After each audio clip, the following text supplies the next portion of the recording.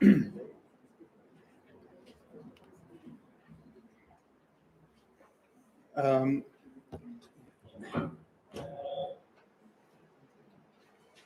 así está mejor. A todos les gusta o nos gusta ganar, sentirnos ganadores o vencedores. Pero cuando hay un evento, una competencia, es un evento deportivo, nunca es seguro el vencedor. Alguno puede parecer muy superior y tener técnica y tamaño y todo y más ventajas, pero muchas veces se dan sorpresas, o se llaman sorpresas.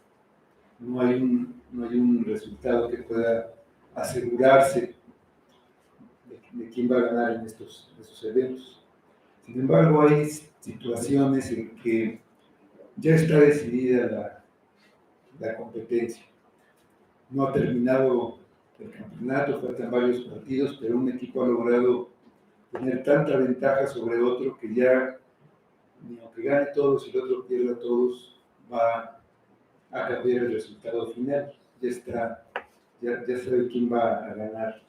Pero de todos modos, hay que jugar los partidos, hay que esforzarse, va a haber faules, va a haber lesiones, y todavía no ha terminado. Está allá, pero todavía no. Entonces, algo así tenemos en este pasaje de Juan, primero de Juan 5, capítulo 5, versículos 4 y 5. Dice así la palabra de Dios. Porque todo lo que es nacido de Dios vence al mundo. Y esta es la victoria que ha vencido al mundo, nuestra fe. ¿Quién es el que vence al mundo sino el que cree que Jesús es el Hijo de Dios? Vamos a ver. Señor, te damos muchas gracias por este día, por este tiempo de adoración. Y pedimos que tú estés presente aquí con nosotros, ayudándonos a aplicar tu palabra por medio de tu Espíritu. Tenemos tu palabra y pedimos que tú la abras nuestro entendimiento, nuestro corazón, y tú obres a través de ella. Es tu obra y confiamos en que tú edifiques a tu iglesia, a tu pueblo, a cada persona en particular, que traigas lo que tú quieres, salvación a los que no te conocen de esta manera y edificación a tu iglesia y a tu pueblo. Pedimos todo para tu gloria en nombre de Cristo. Amén. Ya hacia el final de esta carta, Juan, en este capítulo 5, nos recuerda quiénes son los que realmente tienen una vida espiritual. No son los que dicen que la tienen, ni los que creen que la tienen, sino solamente los que han sido engendrados por Dios, los que han nacido de Él. Ellos creen en Jesús como el Cristo, con todo lo que eso implica. Aman al que engendró, que es el Padre. Aman también a todos los demás que han sido engendrados por Él y demuestran el amor que tienen guardando los mandamientos. La obediencia es una prueba de amor. Se demuestra que se desea agradar a un padre obedeciéndolo. No hay nada que le dé más satisfacción a un padre que ver a un hijo que quiere agradarlo y complacerlo haciendo lo que le pide. La obediencia a los mandamientos de Dios no es fácil de alcanzar. El amor cristiano no es algo ligero. No es nunca fácil amar a personas que no nos gustan, que hieren nuestros sentimientos o que nos ofenden. Nunca es fácil resolver los problemas que hay en la convivencia. Y cuando se convierten en el problema de vivir juntos al nivel que requiere la vida cristiana, se requiere un gran esfuerzo. Cumplir la ley como un deber es imposible.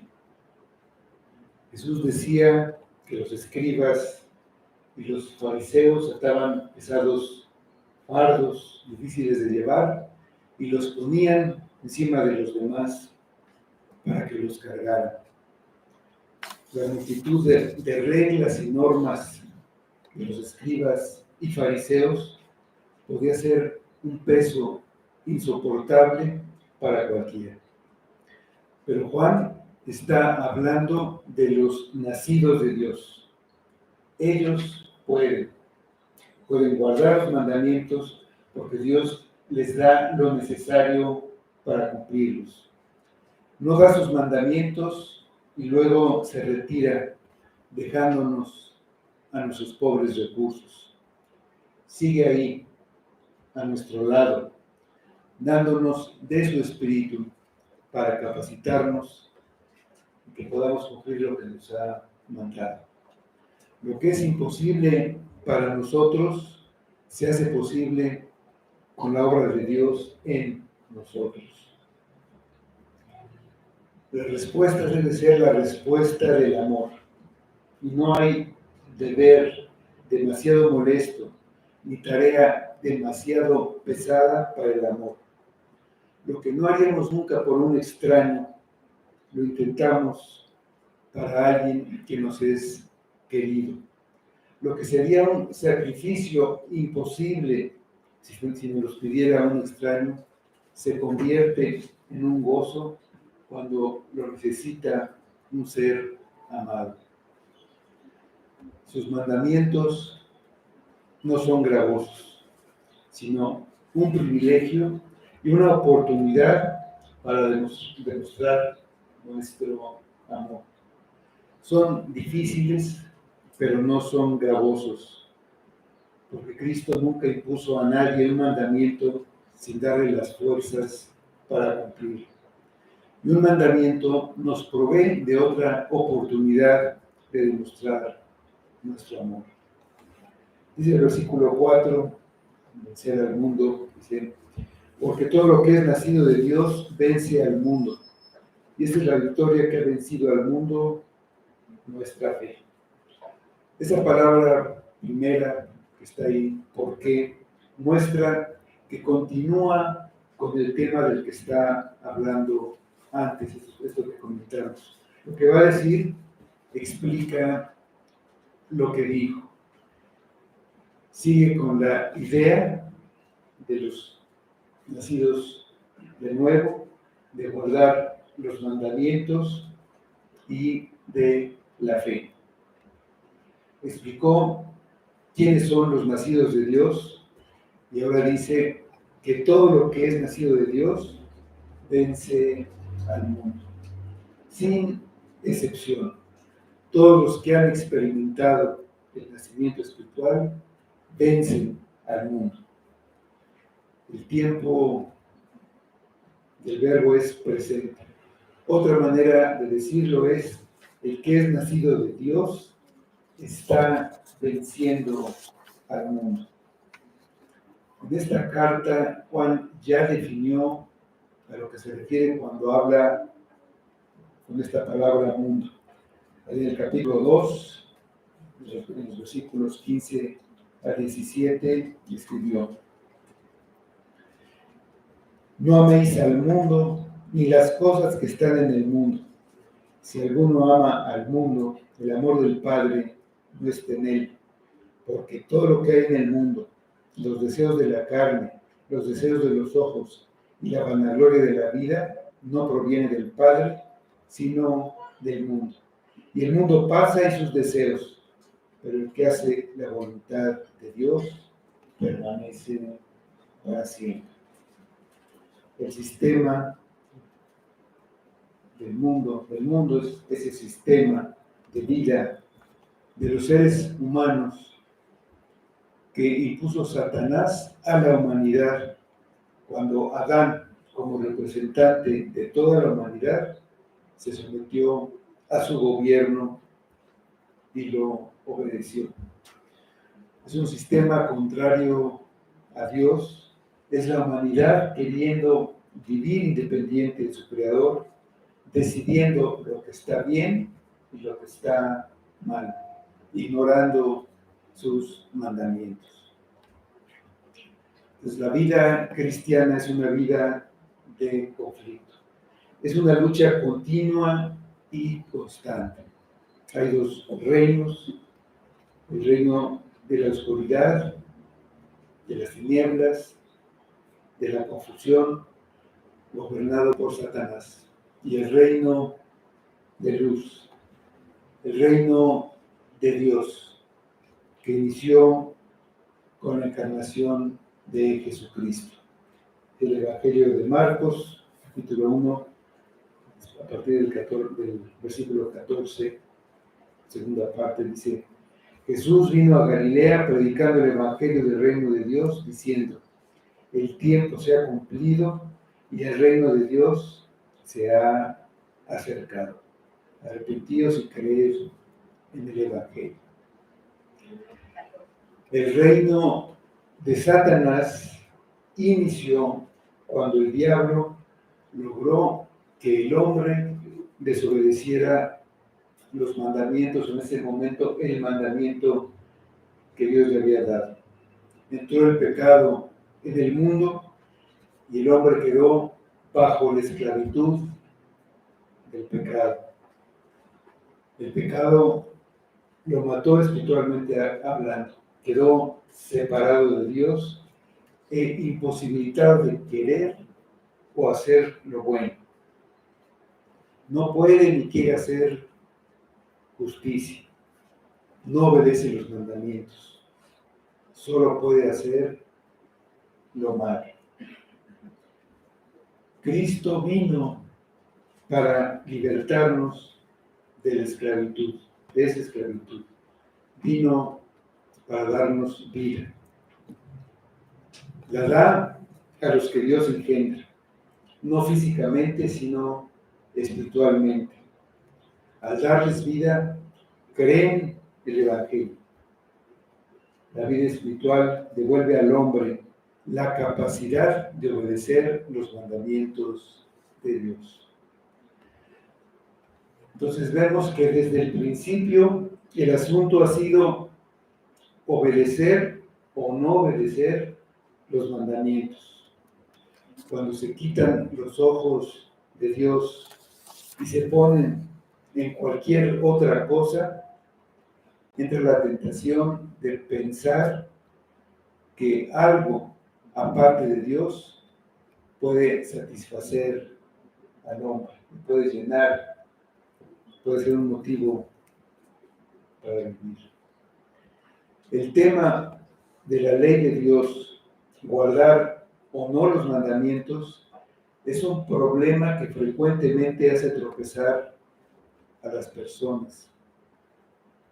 Aún entre cristianos hay ideas que llevan al error.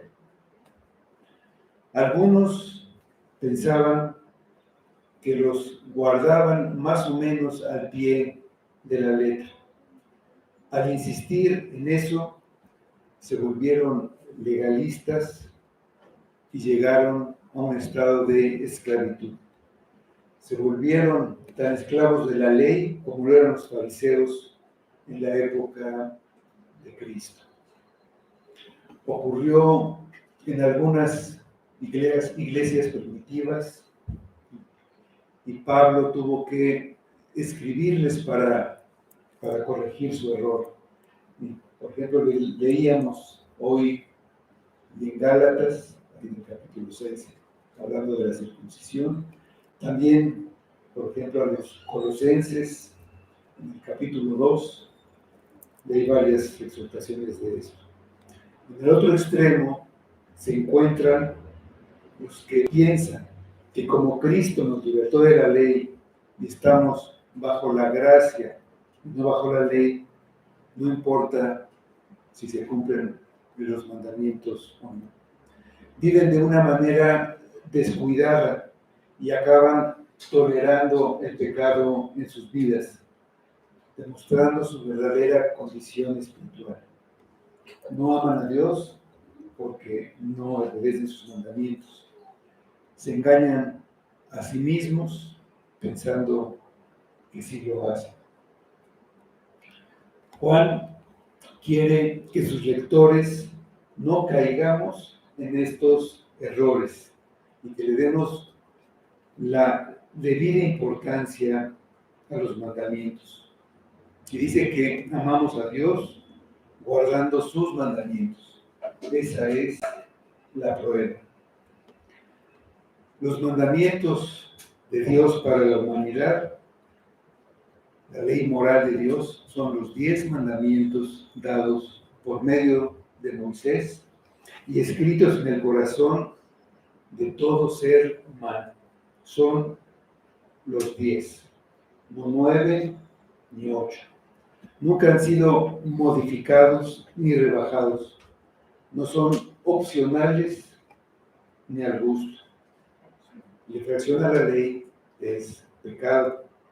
Quien infringe en un punto se hace culpable de todo. Si no cumplió la ley, es culpable. La importancia práctica que Juan quiere que veamos es que la diferencia entre los que han sido engendrados por Dios y los que no está mostrada en que los hijos de Dios guardan sus mandamientos, los tienen en alto aprecio y al cumplirlos hacen el bien a todos los demás, demostrando así que los aman. Los que no son nacidos de Dios no los guardan y pues ni les preocupa. Los que pertenecen al reino de las tinieblas los aborrecen y viven con los principios y valores del mundo material. Ese mundo que ven y perciben con sus sentidos. Y consiste en lo que es material, en lo que se puede poseer, tener, consumir, disfrutar. Su filosofía de vida es materialista y egoísta. Para ellos el mundo consiste en diversiones y placeres. La vida es para disfrutarla sin importar si al hacerlo se daña a otros. Ese es el reino de las tinieblas. El reino de Dios es un reino espiritual que no tiene un lugar físico. Está en el interior de las personas a las que da vida. Durante la vida terrenal, los que pertenecen al reino de Dios tienen que librar esta lucha contra el mundo todos los días de su vida. Dice el apóstol Pablo en Efesios 6:12, porque no tenemos lucha contra sangre y carne, sino contra principados, contra potestades, contra los gobernadores de las tinieblas de este siglo, contra huestes espirituales de maldad en las regiones celestes. Pues Dios creó al hombre para que lo adorara y lo glorificara. Ese es el fin principal del hombre. Al hacerlo tendría gozo porque estaría cumpliendo su función. No hay nada que le pueda dar una verdadera satisfacción y felicidad aparte de adorar a Dios. Todo lo demás es vanidad. El mundo es todo lo que impide o se opone a que el hombre cumpla el propósito para el que fue creado. Muchos piensan que han dejado el mundo solamente porque evitan hacer ciertas cosas, evitan ir a ciertos lugares, ciertas actividades, pero se puede estar en el mundo dentro de la iglesia tanto como se está dentro de un antro. El mundo es todo lo que se interpone y nos evita que glorifiquemos a Dios. En un sentido, el mundo es todo lo que se encuentra fuera de nosotros. El reino de Dios se encuentra en nuestro interior y lo de afuera pertenece a la esfera del mundo, es el mundo físico.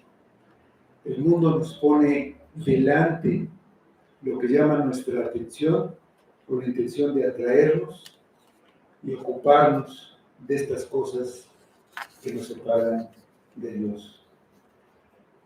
No son cosas necesariamente malas, hablando moralmente. Pueden ser legítimas y hasta necesarias, como pudiera ser el trabajo, la salud o la familia. Pero cuando alguna de estas cosas ocupa el lugar que solo debería corresponderle a Dios, se vuelve parte del sistema del mundo. La mentalidad del mundo domina. La actitud con la que se vive es su propia sabiduría, la sabiduría del mundo. Aunque no sea abiertamente, está en contra de Dios. También existe lo que podemos llamar la línea dura, la que con razonamientos filosóficos claramente está en contra de Dios. Con un disfraz de ciencia quiere demostrar que la vida humana no tiene nada que ver con un Dios creador. Y al igual que los más despiadados criminales, su objetivo es vivir una vida de la que no se tiene que dar cuenta. El mundo, en su conjunto, como reino de las tinieblas, tiene como su objetivo impedir que los hijos de Dios lo glorifiquen. Y tiene muchas formas de lograrlo. Lo puede hacer ridiculizando para hacernos parecer como ignorantes, aislándonos, burlándose. Son formas de persecución que puede llegar a ser violenta. En el mundo hay miles de personas presionadas y amenazadas para negar a Dios y a Cristo, y hay algunas que mueren. De cualquier manera, no importa cómo, el mundo tratará de impedir que glorifiquemos a Dios. Es una lucha constante que enfrentamos. El mundo exterior a nosotros se manifiesta de muchas maneras. Además, de cierta manera, el mundo también está en nuestro interior. No es posible frenar la influencia del mundo saliendo de él para ir a vivir a un monasterio. Tenemos que luchar también en nuestro interior contra nuestra naturaleza que se opone a Dios. Dice Romanos 8:7, por cuanto los designios de la carne son enemistad contra Dios, porque no se sujetan a la ley de Dios, ni tampoco pueden. La carne es esa naturaleza corrompida que hay en todo hombre. Siguiendo los propósitos y pensamientos de la carne, son los designios, no glorificó a Dios.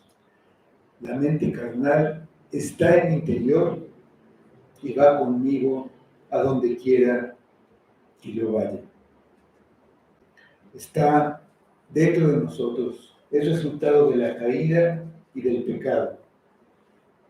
Es el llamado yo o ego, de donde viene la palabra egoísmo, el amor excesivo que cada uno tiene por sí mismo, que nos hace ponernos a nosotros mismos por encima de todo.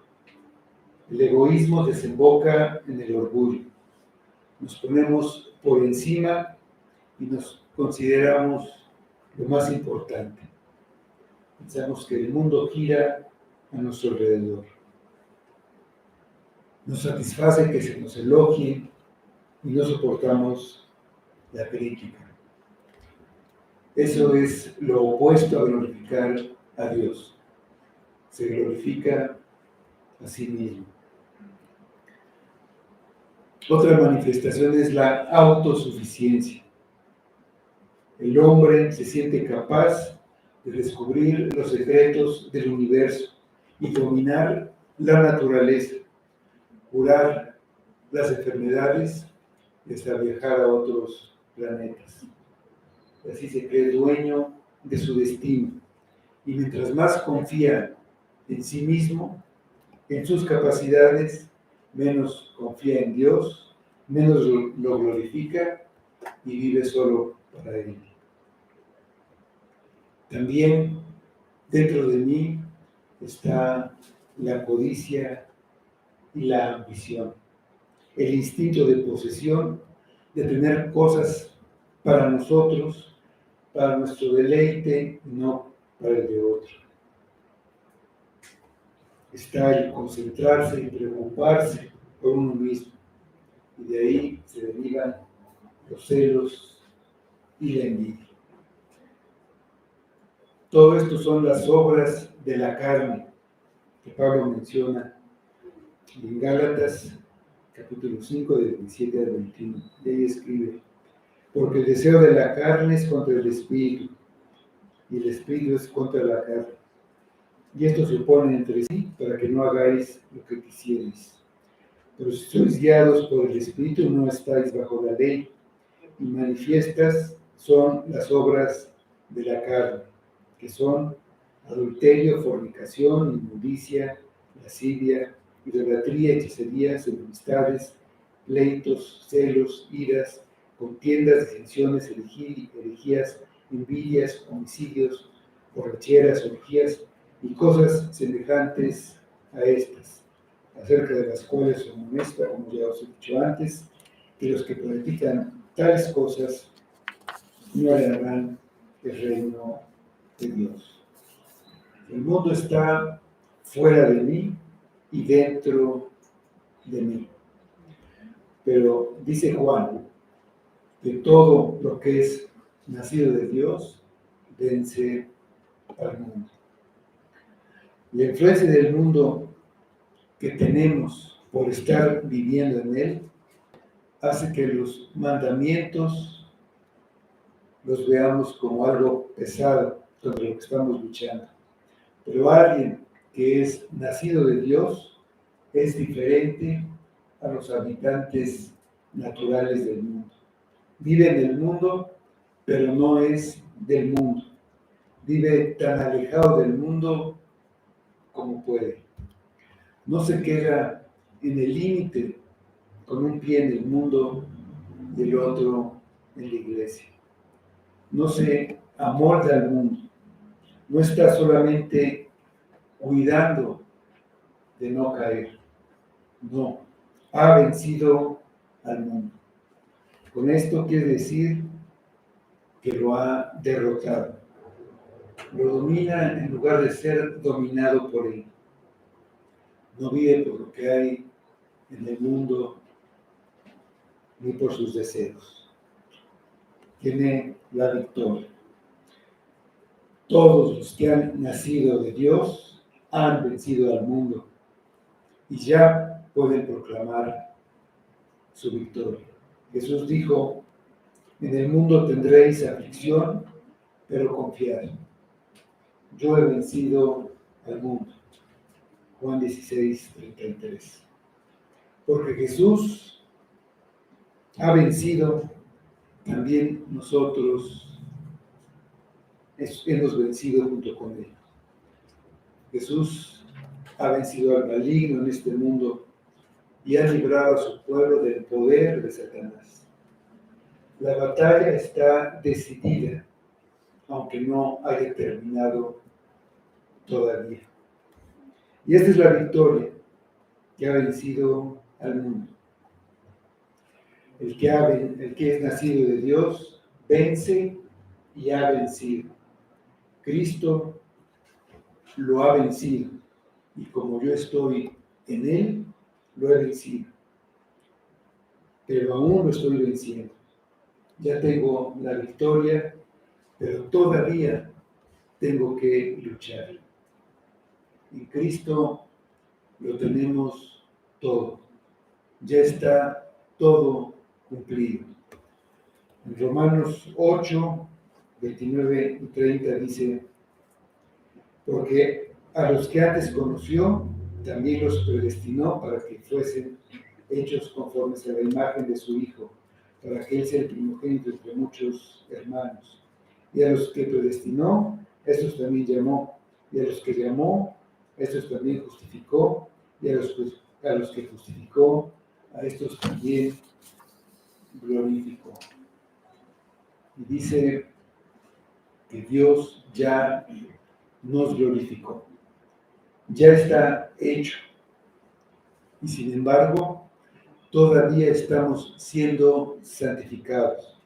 Todavía estamos en el proceso de glorificación. Ya es un hecho. Nada lo puede impedir. Estamos en el camino y seguimos avanzando. Pero todavía no llegamos. Uno que ha nacido de Dios no está bajo el dominio del mundo ni de su gobernante Satanás, pero sigue bajo el ataque de sus tentaciones e insinuaciones. Ha vencido, pero la lucha sigue.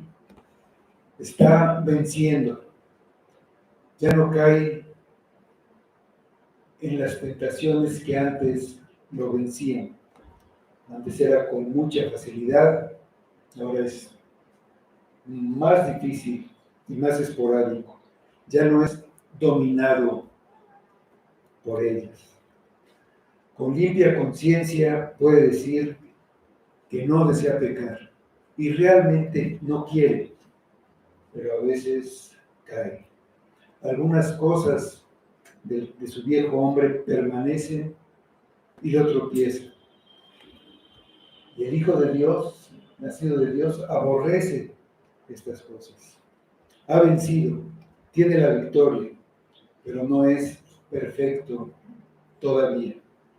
No ha llegado la glorificación. Es tentado y a veces desespera, pero como es nacido de Dios, sabe que tiene la victoria, que será completada cuando su Señor y Salvador lo presentará sin mancha y sin arruga delante de la gloria de Dios. Nuestra fe, dicen los versículos 4 y 5. Y esta es la victoria que ha vencido al mundo, nuestra fe. ¿Quién es el que vence al mundo sino el que cree que Jesús es el Hijo de Dios? No solamente nos dice que ya estamos venciendo, nos dice cómo lo hacemos y con eso refuerza nuestra seguridad, lo que es vital al ver la magnitud del conflicto que enfrentamos. Es un conflicto que los que no son nacidos de Dios no pueden ver, no lo entienden. Ellos viven en un reino que es totalmente compatible con lo que ellos esperan obtener de su vida y no les preocupa lo que les vendrá cuando termine su existencia terminal. Lo material es todo para ellos. En el intento de luchar contra el mundo y vencerlo, ha habido básicamente dos estrategias. Una de ellas consiste en apartarse físicamente del mundo, yéndose a vivir a un lugar apartado, a un monasterio, a una cueva o una montaña. El que lo hace, por lo menos, se da cuenta de la dura lucha que tiene que enfrentar contra el mundo. Ve el peligro para su alma en contraste con aquel que en el mundo se encuentra como un pez en el agua. Esta estrategia considera que retirarse del mundo los libra de su influencia y de sus tentaciones. Muchas veces se refuerza con ejercitar el dominio propio y la fuerza de voluntad para aplicar normas y reglas que eviten la contaminación con el mundo. Algunos tienen restricciones para lo que comen, se abstienen de ver a otras personas o de hablar con otros. Piensan que el mundo es tan tentador que lo único que se puede hacer es salir de él. Es un medio que no es práctico para la mayoría de las personas. No muchos pueden llevarlo a cabo. Quienes lo practican llegan a considerarse virtualmente santos. Ellos piensan que están consagrando su vida a Dios.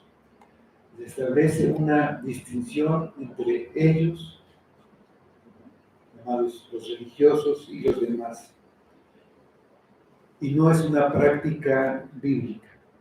No se puede encontrar en el Nuevo Testamento una distinción entre cristianos. Los mismos apóstoles se consideraban al mismo nivel de todos los demás. Predicaban a todos por igual, y no solo a algunos. Además, no funciona porque no toma en cuenta que el mundo no solamente está afuera, sino dentro de nosotros. Lutero ayunaba y rezaba durante 6 horas al día, golpeaba su cuerpo, meditaba y reflexionaba. Más tarde escribió acerca de su vida en el claustro, ahí en el cielo. Escribió: si alguien consiguió entrar al cielo siendo monje, yo también quería lograrlo. Comprobó que ese método era inútil. Así, aislado, nunca logró ni siquiera tener paz. Sentía que no estaba bien consigo mismo, no estaba libre de la tentación. De alguna manera, seguían en él la mentalidad y el espíritu del mundo. Jesucristo venció al mundo y nunca vivió aislado del mundo. Estaba en el mundo y tenía trato con personas comunes y corrientes. Y precisamente por eso fue criticado por los fariseos. Ellos decían: no, este no puede ser un profeta, se junta con publicanos y pecadores. Su ejemplo no es aislarse del mundo para vencer. La manera de vencer al mundo para los que han nacido de Dios, dice Juan, se da en 2 partes. Lo hacen por lo que les ha pasado. Son diferentes porque ha ocurrido un cambio en ellos. Tienen nuevas características que los hacen diferentes a aquellos que no han nacido de Dios. No es porque se hayan encerrado y no hablen con nadie, ni porque hayan adoptado una serie de reglas y normas para vivir. Vencen al mundo primero porque han nacido de Dios, porque han sido engendrados por Dios. Dice, todo lo que es nacido de Dios vence al mundo. En primer lugar está el nuevo nacimiento, después la fe, y concretamente nuestra fe en Jesucristo y nuestra relación con Él. Con una nueva naturaleza hay una nueva perspectiva, una manera diferente de percibir el mundo. Es el mismo mundo para todos, pero el nacido de Dios lo mira como lo miró Jesucristo. Participando de la naturaleza divina, vemos las cosas desde el punto de vista de Dios, no desde el punto de vista carnal y mundano. Donde quiera que estén, sean cuales sean las circunstancias, tengo una esperanza que me corrige interiormente. Y a pesar de que el mundo sea el mismo, yo soy una persona diferente, que soy en posición de vencer. Lo segundo es que por eso que me ha ocurrido, ahora tengo la capacidad de vivir por fe. Esta es la victoria que ha vencido al mundo, nuestra fe. El nuevo nacimiento me da la fe y puedo vivir por ella.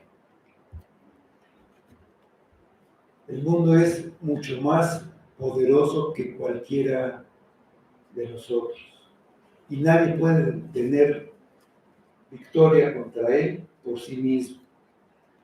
Los que han vencido, todos los que han vencido, desde Abel, pasando por Moisés, los profetas, los jueces, Samuel o David, lo hicieron por la fe. Dice Hebreos 11, versículos 33 y 34. De que por fe conquistaron reinos, hicieron justicia, alcanzaron promesas, taparon bocas de leones, apagaron fuegos impetuosos, evitaron filos de espada, sacaron fuerzas de debilidad, se hicieron fuertes en batallas, pusieron en fuga ejércitos extranjeros. Y se fue por la fe. Juan da un último paso y dice, ¿quién es el que vence al mundo sino el que cree que Jesús es el Hijo de Dios? La pregunta es, ¿quién es el que está venciendo al mundo hoy, ahora, aquí? Se refiere a la acción continua de vencer al mundo, porque debe hacerse todo el tiempo. Es una lucha continua. El que está venciendo al mundo es el que cree que Jesús es el Hijo de Dios. La fe por sí misma no tiene poder, no vence al mundo, pero la fe en Jesús, el Hijo de Dios, le permite al creyente gozarse en su triunfo, en el triunfo de Cristo. A veces la fe en Jesús es débil, pero cuando la fe se revela como un vínculo indestructible entre Jesús y el creyente, el poder vencedor de Jesús se hace visible en el creyente. Eso es todo lo necesario, lo que hace que alguien venza al mundo, lo que lo capacita para hacerlo y lo hace de una manera paulatina y creciente, es su relación con el Señor Jesucristo y con su obra perfecta ya finalizada. Y eso es lo que se tiene que trabajar, ir haciéndola mejor cada vez en relación con Cristo. Y creer en Cristo no solamente en un sentido intelectual, sino que ponemos nuestras vidas en el hecho de que Jesús es el Hijo de Dios y está con nosotros. Creer en el sentido de confiar, descansar, comprometerse y encomendar. Dependemos totalmente de Él en todos sentidos. Se vence al mundo por la fe. Nuestra fuerza viene de Cristo. Dice Pablo en Filipenses 4:13, todo lo puedo en Cristo que me fortalece. Solo Cristo puede vencer a Satanás y al mundo. Solo contando con ese poder en nosotros y debido a la unión con Cristo, no sucumbimos a nuestra carne, no confiamos en nosotros mismos, descansamos en el poder de Cristo por medio de la fe en Él. Al hacerlo, estamos en Cristo y así aplica su poder a nosotros. Y entonces estamos venciendo al mundo. Vamos a orar. Señor, como siempre comprobamos en tu palabra la obra de Cristo a nuestro favor. Es lo que tenemos, es todo lo que tenemos, pero eso es suficiente, es lo que necesitamos.